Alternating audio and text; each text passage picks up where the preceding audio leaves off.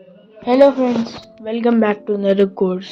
Imagine कीजिए अगर मैं पूरी दुनिया को, चाहे वो एक लोहे की टेबल हो, पीने का पानी या इनविजिबल हवा, को एक बहुत पावरफुल माइक्रोस्कोप के नीचे रखूं, तो एंड में क्या दिखेगा?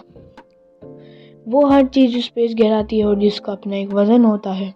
स्वागत है क्लास 8 फिजिक्स के सबसे बेसिक और एक्साइटिंग चैप्टर में, मैटर। So let's start. तो हम स्टार्ट करने से पहले कुछ इंपॉर्टेंट टर्म्स के बारे में बात कर लेते हैं। Matter, anything which occupy space and has mass is known as matter. Matter एक ऐसी चीज़ है जिसके पास जो ऑक्यूपाई करती है स्पेस और उसके पास मास होता है। An element is a substance which cannot be subdivided into more simpler substances by any physical and chemical processes. एक एलिमेंट एक ऐसी चीज़ है जो कि सब डिवाइड नहीं हो सकती आगे किसी भी प्रोसेस से। और an atom is defined as the smallest unit of an element that always takes part in a chemical reaction but may or may not have an independent existence. एक एटम एक ऐसी चीज़ है जो कि स्मॉलेस्ट यूनिट ऑफ एलिमेंट है जो कि एक केमिकल रिएक्शन में पार्ट लेती है, पर उसके पास एक इंडिपेंडेंट एग्जिस्टेंस हो भी सकती है, नहीं भी हो सकती। सो अब इसमें पढ़ते हैं। Matter is anything that occupy space and has mass. It is compose of tiny particles called molecules. यहाँ पर एटम्स नहीं लिखा, मॉलिक्यूल्स इसलिए लिखा है क्योंकि एटम का कंफर्म नहीं रहता कि उसकी इंडिपेंडेंट एग्जिस्टेंस हो, मे और may not have independent existence. So historical perspective, ancient Indian philosopher Maharshi Kannada called this particles अणु। एक एशियंट इंडियन फिलोसफर थे महर्षि कन्नड़ा, जिन्होंने सबसे पहले इनका नाम रखा था अणु। फिर बाद में जॉन डाल्टन ने इसका नाम एटम रख दिया था एटोमोस वर्ड से। Basic unit, a molecule is the smallest unit of matter that can exist independently. एक molecule smallest unit of matter है जो कि independently exist करती है। Composition, molecules themselves are made of even smaller particles called atoms. Molecules as और small particles के बने होते हैं जिनका नाम होता है atoms. So now we'll be talking about kinetic theory of matter. Tiny size. Molecules are so small that they cannot be seen even with a microscope.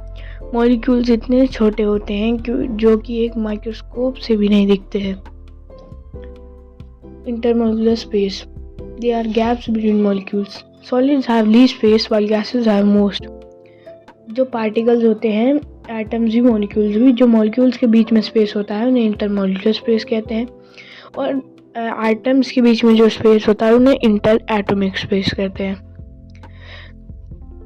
Constant motion, molecules possess kinetic energy and are in continuous random motion, vibrating or moving freely. Molecules kinetic energy process करते हैं और वो continuous random motion में होते हैं।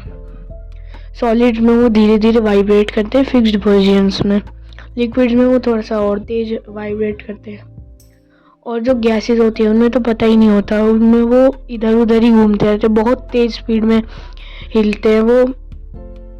Force of attraction, molecules attract each other. Force of attraction होती है intermolecular force उनके बीच में, और दो तरह की इंटरमोलिकुलर फोर्स होती है, cohesive force, cohesion, same substance and adhesion, different substances.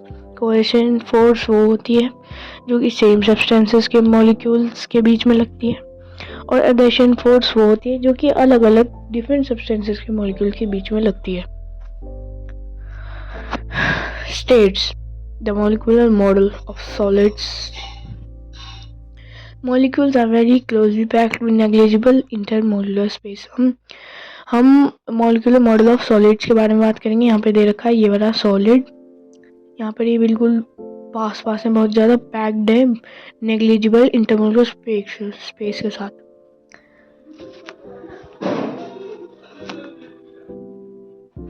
So intermolecular force of attraction is very strong. इनका जो इंटरमोलुलर फोर्स ऑफ अट्रैक्शन होता है वो वेरी स्ट्रॉन्ग होता है, इसलिए वाइब्रेट भी बहुत मुश्किल से होते हैं। Molecules only vibrate about their mean positions they can not leave their places. Molecules their main position पे ही वाइब्रेट करते हैं, वो देयर प्लेस नहीं लीव कर सकते। Result, solid has a definite shape and volume. Solid के पास एक डेफिनेट शेप और वॉल्यूम होता है। अब हम मॉलिक्यूलर मॉडल की बात करेंगे लिक्विड और गैसेस का। एक बार डिफरेंस के बारे में चेक कर लेते हैं। Intermolecular forces very weak enough for molecules to move within the boundary. उनकी इंटरमॉलिक्यूलर फोर्स सॉलिड से वीक होती है। They have definite volume but no fix shape. उनके पास एक डेफिनेट वॉल्यूम होती है पर फिक्स शेप नहीं होता। Gases, molecules are far apart with negligible force. उनकी जो इंटरमॉलिक्यूलर स्पेस होता है वो बहुत ज़्यादा होता है और फोर्स होती है वो बहुत ज़्यादा कम होती है, ऑलमोस्ट नेग्लिजिबल होती ही नहीं, समझ लो। They move randomly in all directions. वो सारे डायरेक्शन में वाइब्रेट कर सकते हैं। Filling any container completely. वो अगर हम उन्हें फुली फिल भी नहीं करेंगे ना एक कंटेनर में, वो पूरा कंटेनर का स्पेस ऑक्यूपाई कर लेंगे। पर लिक्विड्स में ऐसा नहीं है, अगर हम आधा बनेंगे तो आधा ही ऑक्यूपाई करेंगे। एक इम्पॉर्टेंट टर्म है फ्लूइड, इसका मतलब है both liquid and gases are called fluids because they can flow. जो लिक्विड और गैसेस होते हैं फ्लूइड कहते हैं क्योंकि वो फ्लो कर सकते हैं। Now we will be talking about changes of state, the transition between solid, liquid and gas, the cycle of phase change. यहाँ पर ये टेबल दे रखी है, बहुत ज़्यादा इंपॉर्टेंट टेबल है, वेरी वेरी इंपॉर्टेंट टेबल। तो हम बात कर रहे हैं पहले की टर्म्स के बारे में। मेल्टिंग, मेल्टिंग को फ्यूजन भी कहते हैं। The process in which a solid substance changes into a liquid on heating is called melting और फ्यूजन। मेल्टिंग उस प्रोसेस को भी बोलते हैं जिसमें एक सॉलिड सीधे लिक्विड में चेंज होता है हीटिंग पर।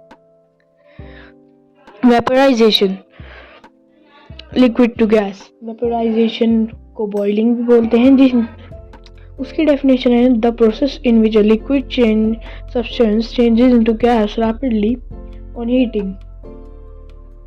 और एक बॉइलिंग पॉइंट होता है, मेल्टिंग पॉइंट होता है एक पॉइंट जिस पर वो चेंज हो रहा है।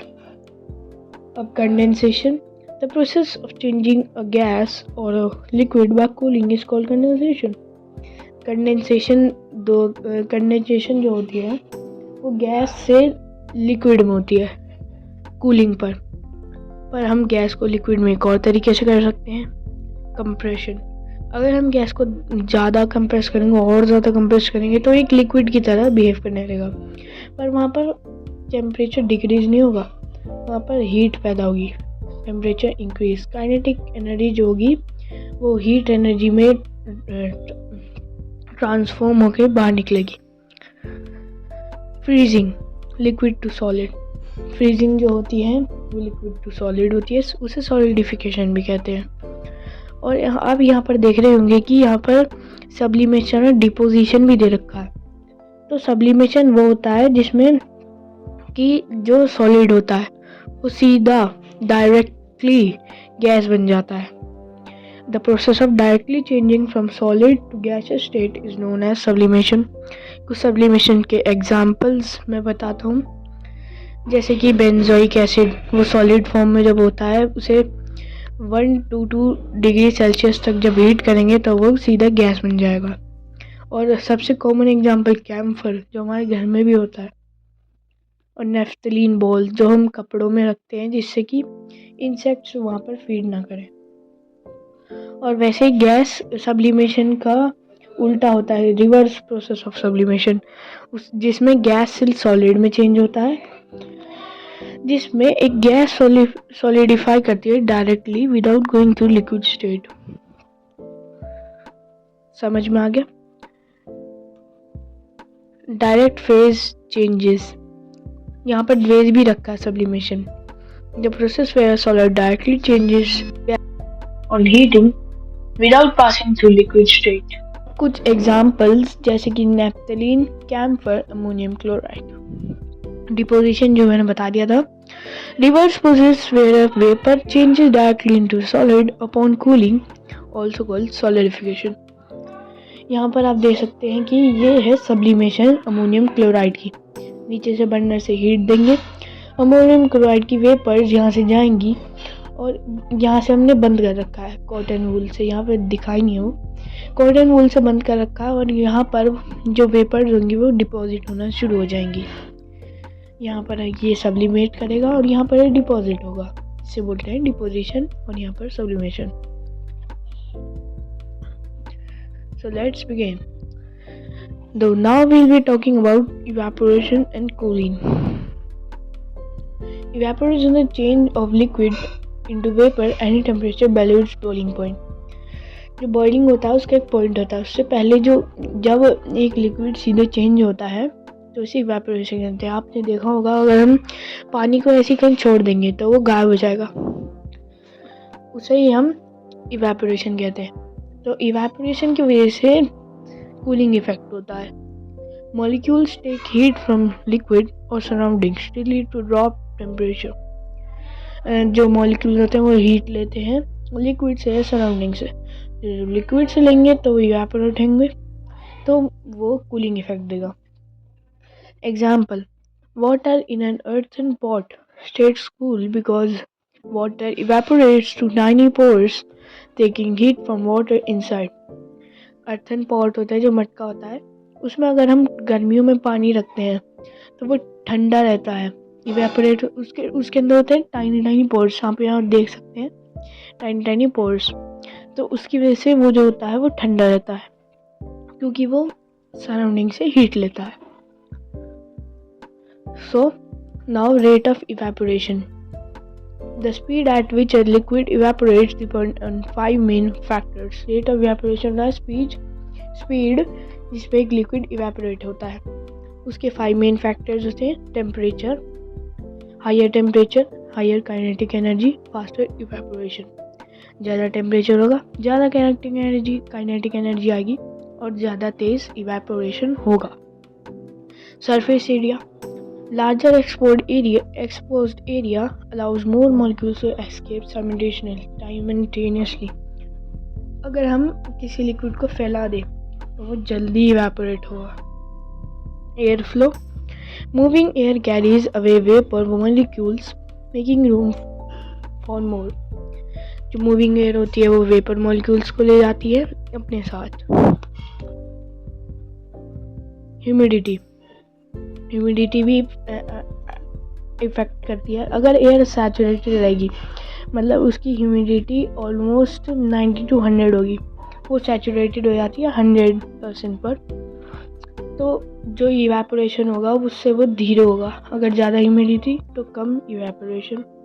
नेचर ऑफ लिक्विड, अगर जो डेंसिटी है लिक्विड की वो कम है तो ज़्यादा, डेंसिटी कम है तो ज़्यादा जल्दी हो, डेंसिटी कम है तो ज़्यादा जल्दी होगा और डेंसिटी ज़्यादा है तो कम धीरे धीरे होगा। Summary, evaporation is a surface phenomenon occurring at all temperatures below its boiling point. So now we will be talking about evaporation versus boiling difference. Feature, occurrence, evaporation का only at the surface, boiling throughout the entire liquid. जो evaporation होता है वो सिर्फ surface पे होता है और boiling होता है throughout the liquid में rapidly. Temperature takes place as all temperatures below its boiling point, takes place as a fixed temperature जो कि होता है boiling point. Speed, slow and gradual process, धीरे धीरे होता है, और boiling rapid and violent process. Cooling always causes cooling, no cooling produced. जो evaporation है वो cooling effect देता है। एग्जाम्पल earthen pots का जो मैंने बता ही दिया था, और boiling में no cooling, कोई कूलिंग प्रोड्यूस नहीं होती। सो ask in comments, ready for questions. अगर आपको कोई क्वेश्चन है तो आप कमेंट्स में पूछ सकते हैं और मैं आंसर करूँगा। Like and subscribe. Thanks for watching.